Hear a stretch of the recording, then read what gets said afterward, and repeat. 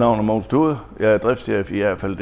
AFLD er et fælleskommunalt ejet affaldsselskab, som håndterer forskellige typer af affald for husholdningerne. Herunder blandt andet problemklasser, som I ser her foran mig, til farligt affald.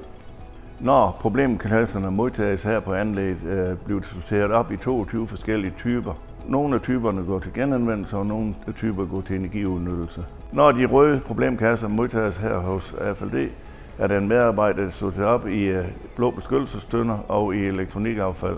Elektronik, spraydåser og batterier går til genanvendelse. Farlig kemi bliver sendt til destruktion på specialanlæg. Husk, at vi ikke vil have kanyler og medicinrester i den røde problemkasse. Det skal afleveres på apoteket. Når de røde kasser er tømte, bliver de vasket ved 72 grader, inden vi leverer dem ud til jer igen. Min opfordring til jer er, at I fortsætter det gode arbejde. Det gør en forskel.